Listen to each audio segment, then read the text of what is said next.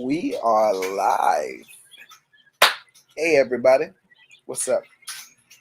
How are y'all doing today? I pray you guys are having a great day.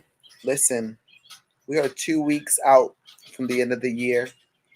I don't care what life has told you, I don't care what has happened, okay? You are here. You are making it, okay? This is what I tell myself every day. I don't care what life is putting in your face right now. It is 2021. We are about to step into 2022. And you don't realize how much you have accomplished and how much you have gotten farther in your life. Okay. So today I wanted to talk with you guys about becoming a CEO at 25 and a couple of things that I have learned in this life. Okay. If you didn't know, I'm 27 now. I've been a CEO since I've been 25. I've now seen six figures, and I'm now at the point where I want to give back fully because always wanted to give back and I always wanted to talk with people and help people. But um, at times, they don't accept you until you reach a certain status quo. They don't accept you until you reach a certain, um, what's the word? Hit or a certain social proof. Okay. So now that we are where we are, I wanted to talk with you guys and I wanted to, like I said, express and share with you just a few things that I learned from being a CEO at 25 till now. Some mistakes that I have learned, some things that I have saw to be beneficial for me, and some things that I have saw to be not so beneficial. Okay. So let's go. Let's get into this. I'm excited. So, the first thing that I want to talk about is the fact that people think because you are a CEO that you automatically have money. And I get it. I know. I do it all the time. You look good, you dress good, you make money, so you're able to afford certain things. I'm talking to the CEOs right now. I'm talking to the leaders and the ones who got the money, the ones who know what's going on, okay? You guys, you got the money and you got the things, so you're able to spend. But there's still something that other people don't know, which is called operational costs, which is called, in some terms, back office costs. Okay, so you have a lot of back office things that need to get done. And so, yeah, you might splurge every now and then, or you might be able to afford, depending upon the client, every now and then to get something nice and something good for yourself. But you still have to maintain a business. You still have to run things. You still have to make things go and flourish and bloom. So you decide, do I pay myself this month or do I use this to build my business? Do I go out of town and do that networking event, or do I stay and work on this and focus on this?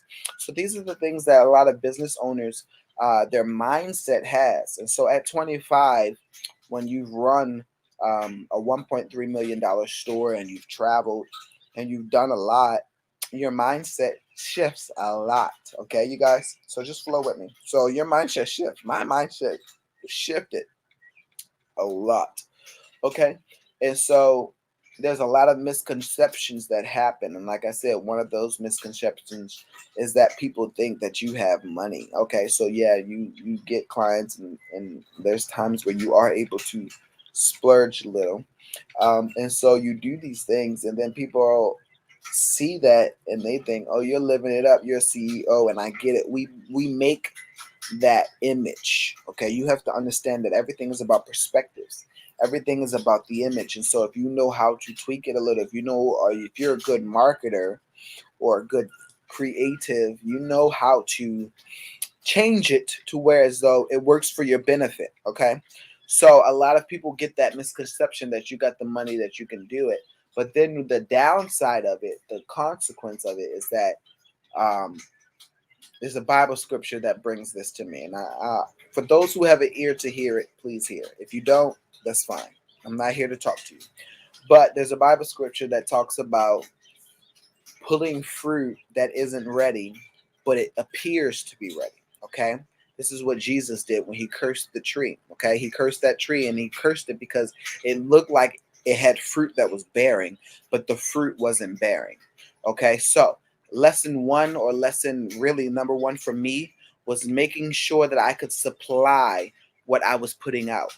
Okay, a lot of us out there, we want to have that social proof. We want to have where we look a certain way to other people.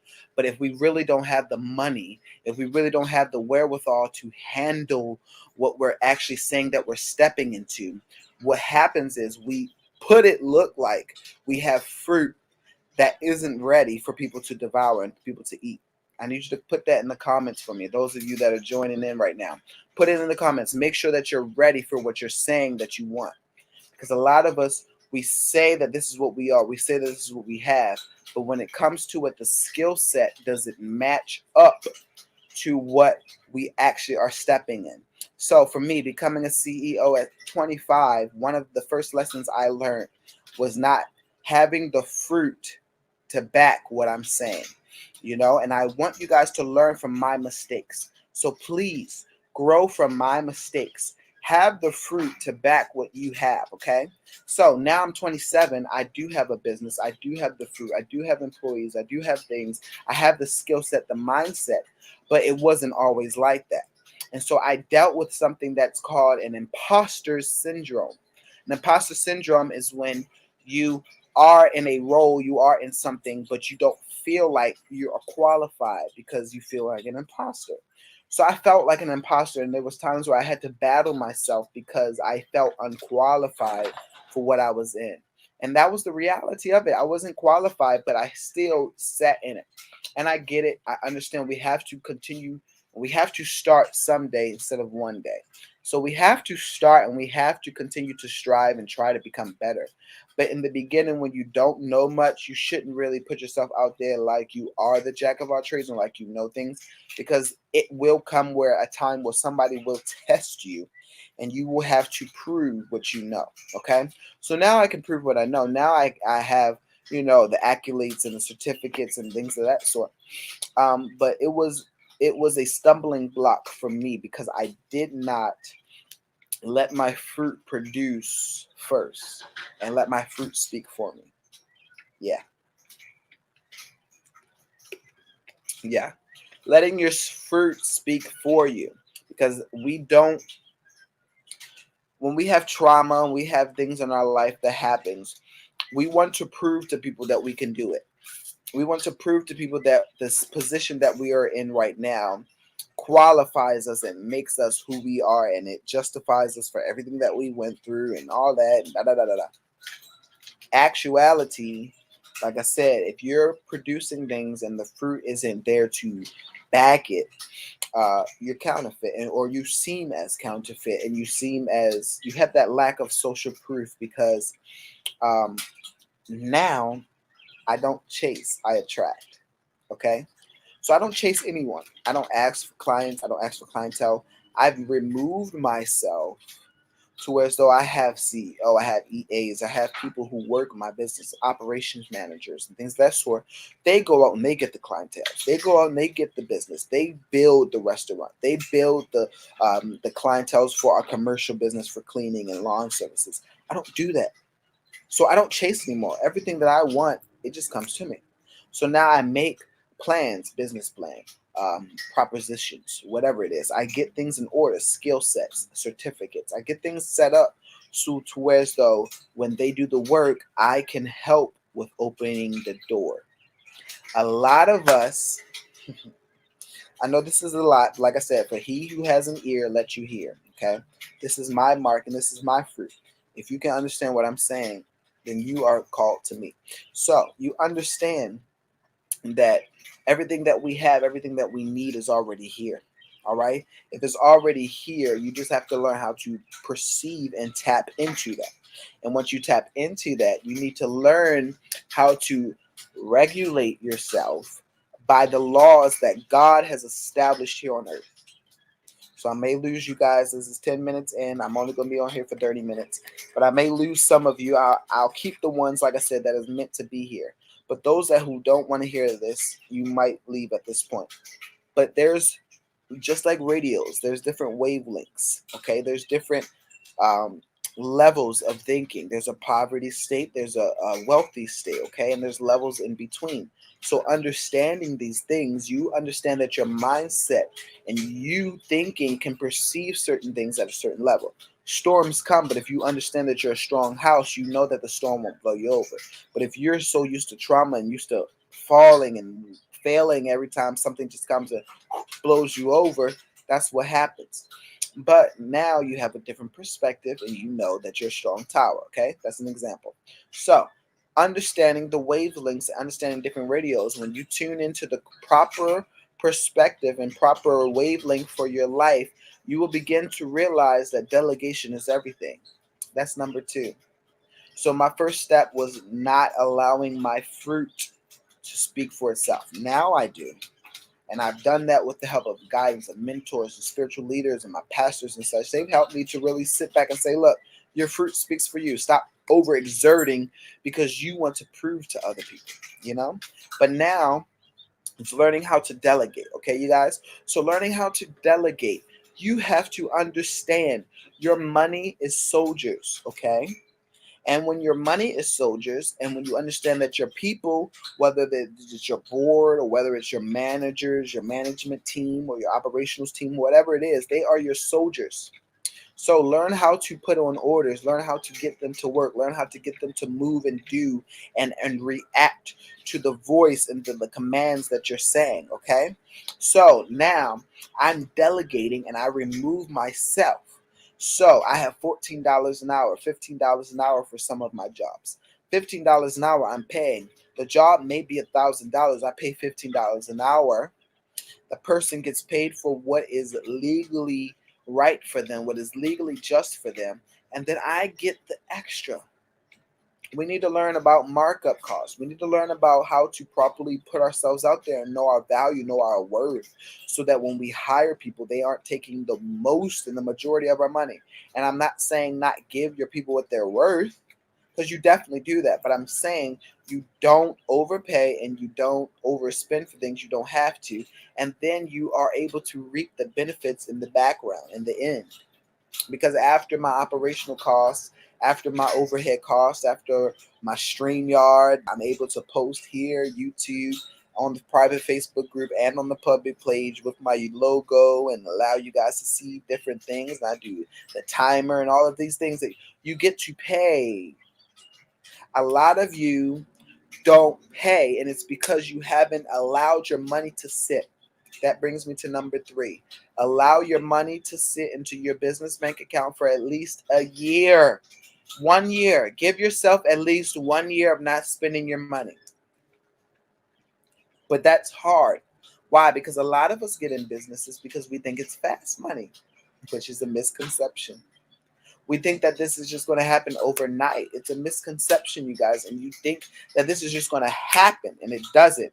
When you set yourself up, when you allow yourself to build, compound interest is the eighth wonder of the world. So when you continue to practice that, you are practicing the eighth wonder of the world. Albert Einstein said that compound interest was the eighth wonder of the world. So those of you, all my science geeks, all my intellectuals who believe in Albert Einstein and his ways and his thinkings, you have to understand that when you are practicing compound interest, is meaning I get $3 this week, I get another $3 next week. That's $6. In 4 weeks, I have $12. I continue to add. That's compound interest. Next, you know, over a year, I have a substantial amount of money that I can use. Okay.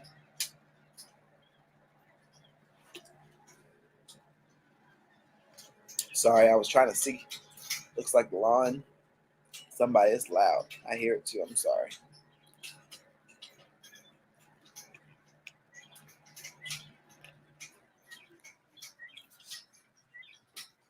We must be vigilant, okay?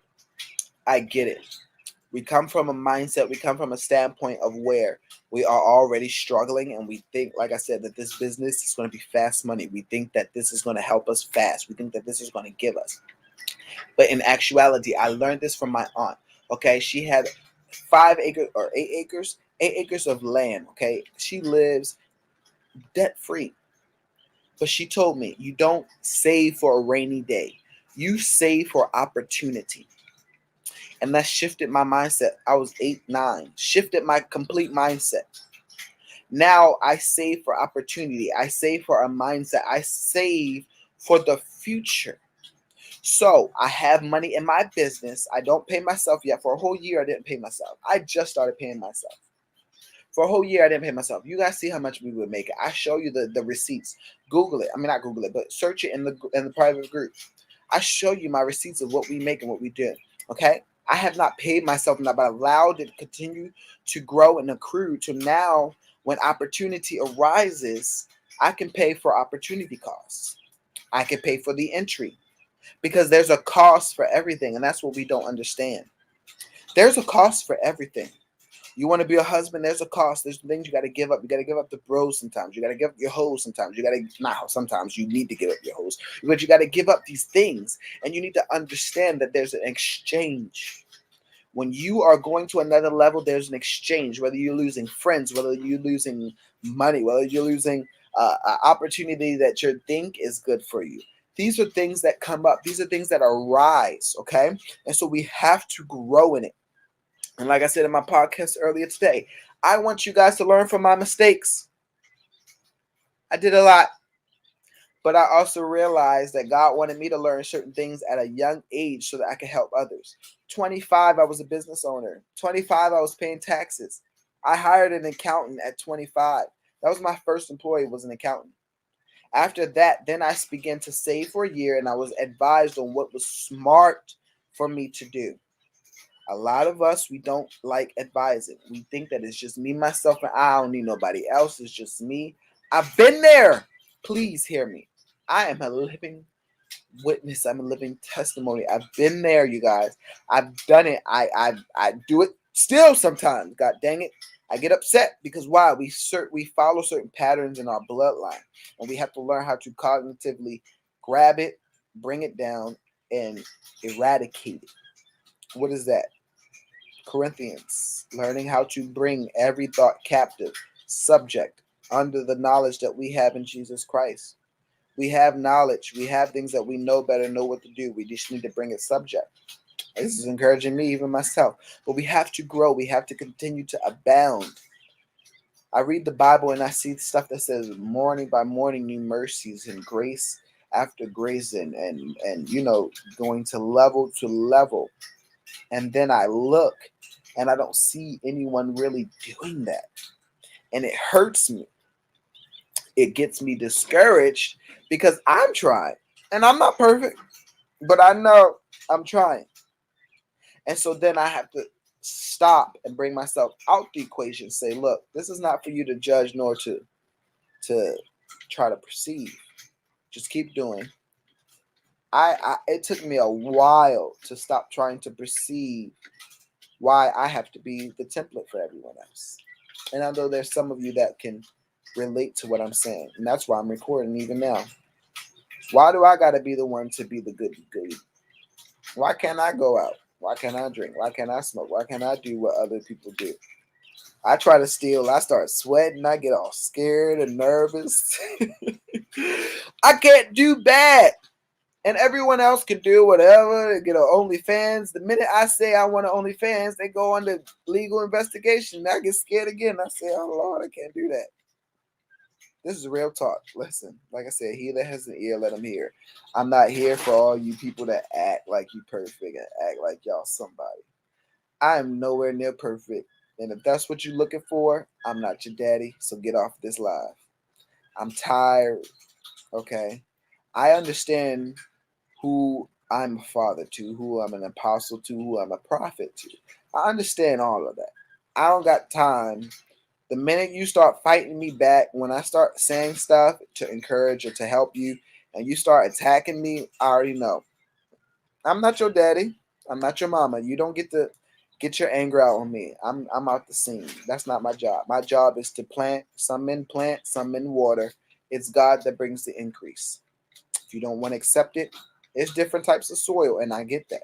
There's some soil that it falls and it's good ground. There's some soil that it falls and it's fickle, and the birds come and they pick it up. There's some soil that's dry, but every now and then it gets wet and it starts to grow, and then the seed becomes deformed. There's so many different types of soils.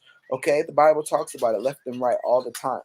But it's not my job. My job is some men water, some men plant, but God gives the increase. It's Him that gives the increase.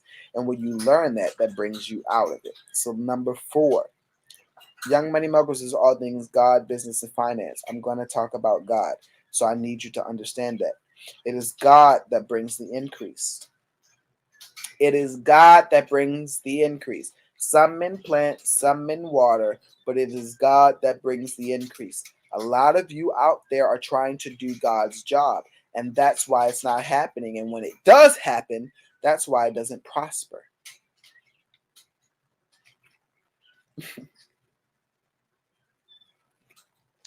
Some men plant, some men water, and God brings the increase. So your job is either to plant or to water.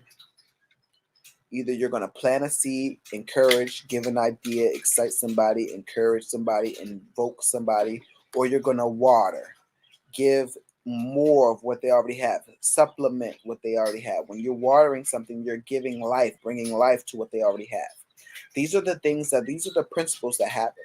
But our job is to plant and to water. God brings the increase. We get upset and burnout happens when we think it's our job to bring the increase. I was tested on this. Real life story. I was tested on this year. This year I learned my step number 2 that I told you about, delegation. I learned that because I had to let go. October, November is my sabbatical months. I don't do work. I am family. My wife's birthday is in October. My birthday is in November. I don't want to work. I'm taking this time to read books. I'm taking this time to consume and to grow and to take in.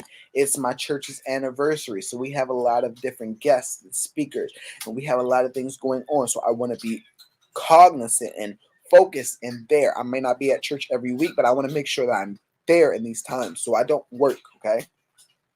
This was the first year. Like I said, I'm 27 now. I started becoming a CEO at 25. So this was the first year I was able to fully let go of my business. It was rough. It was scary. It was hard because I had to trust an operations manager. I had to trust my CEO. I had to trust people to do what they need to do. My chief of staff got sick. So there was times that I was scared because the administrators were not being oversaw like they should have been. So then I had to step in even though I wasn't supposed to be working. So it was a lot that went on, okay, you guys? But then I had to realize, I had to focus myself and realize, one, you're a strong man. You're a strong city. You're a part of a strong city. And when you're a part of a strong people, you can't be wavered by what life brings you, because life will bring you things, but you have to remind yourself of who you are. So I'm a strong man. One, I understand it. You understand that you are an apostle, but you're not everybody's apostle. So when I have certain sons and daughters that come to me wanting guidance, I need to learn and discern and perceive what they are to me, so then I can give the proper energy. Take it out of the Christian concept, bring it to leadership, business, personal development. Perceive what energy you're giving to people, because a lot of you are thinking that you're helping people and that's why you're burnt out. Just because the opportunity opens and perceives itself to be an opportunity doesn't mean that it's your opportunity. You need to recognize what is yours, what is not yours. And this is how you can fight wars and live a lot easier and to ease up onto what you're doing. Just because somebody comes and asks you for $1 doesn't mean you have to give it to them. And it doesn't mean that God is telling you to give them $1. You could sometimes cast your pearls to swine. And when you do that, you wonder why there isn't no increase. You reap what you sow. And if you're sowing, casting your pearls to swine, there is no increase. So then we get upset and we get frustrated.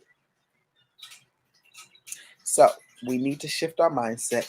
We need to grow and we need to understand. I don't know if I can recount it because I just been flowing with this one.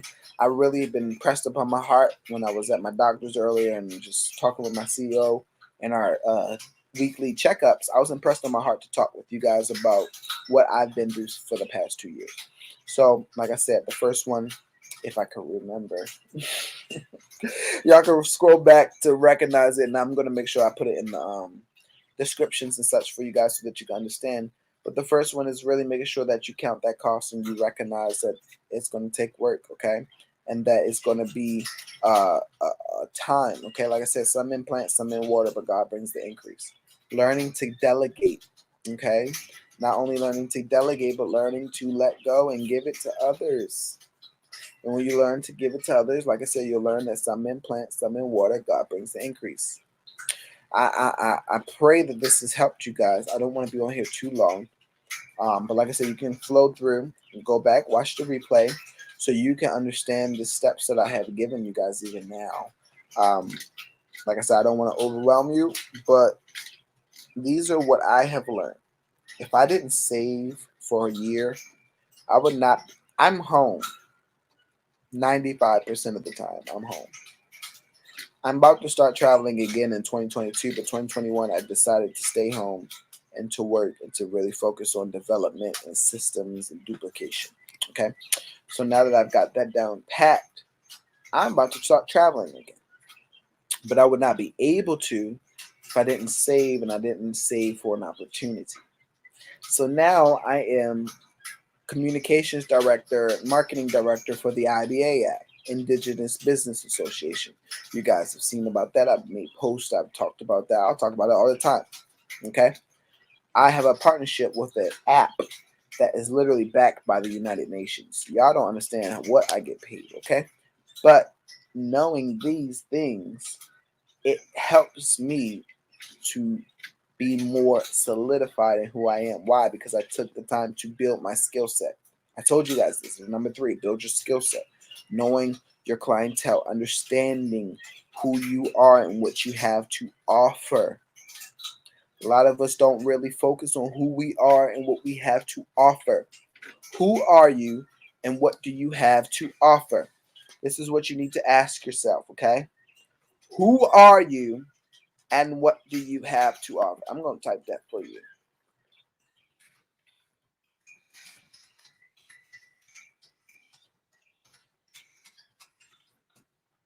Who are you and what do you have to offer?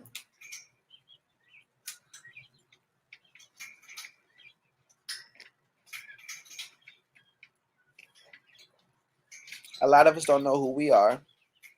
We don't believe in God or we don't want to. And we're tired of the family telling us this. We haven't learned who God is for ourselves. We haven't prayed for ourselves or read the word one lick. We just go to church and when they tell us something, we believe it. So that's why you don't know who you are because you haven't been to the manufacturer. And then you don't know what you have to offer. You don't know what you're good at. You don't know what value you bring. So these are the things that keep us limited. These are the things that keep us feeling unworthy, keep us bound, keep us disqualified. This is what I have learned that has kept me enabled. Okay, not knowing who I am and not knowing what I have to offer. I'm Ken the Don. I'm Kenyon Gregory. I'm a father. I'm an apostle. I'm a prophet. I am a husband. Like I said, I am a business owner. I'm an entrepreneur. I'm a CEO. I'm a marketer. I'm a marketing director, if you want to call it that. I am a witness of the gospel. I'm an intercessor. And I'm not those intercessors that just say you're an intercessor and pray, and that's it.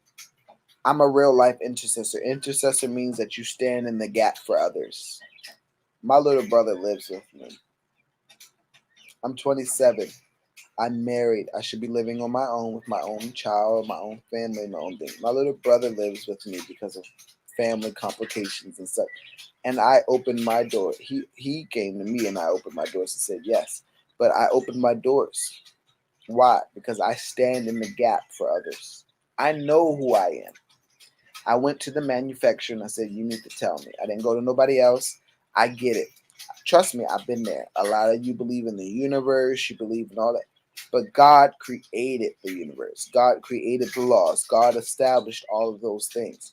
So I go to him. He is my source. And he has shown me the end. I don't know everything. He showed me the end, and it's perfect. It's beautiful. And because I haven't seen that, I know that it isn't the end for my life. Does that make sense? He's shown me the end. Many of you have had dreams, visions, inclinations of who you want to be, who you see yourself to be, but you haven't seen it yet. So you get frustrated and you think that God has forgotten or he doesn't care. No, it's just a reminder to you that it isn't the end, that there's still more to come. So there's so much more to come. I became a CEO at 25. Some of you will become a CEO at 18, 19, 16, 13, 21, 22. A lot of you will become a CEO 24. I just want to make sure that I'm here to help you and guide you through the process and to make sure that you can understand and handle what you're standing under. Once again, who are you? What do you have to offer? This is Ken the Don. If you haven't already, go ahead, like and subscribe. I love you guys. Happy holidays. Continue to tune in. Share this with a friend. Share this with a family member. If you haven't already, go to Young Money Muggles or Muggle Talks and subscribe to this podcast. Love you. Bye.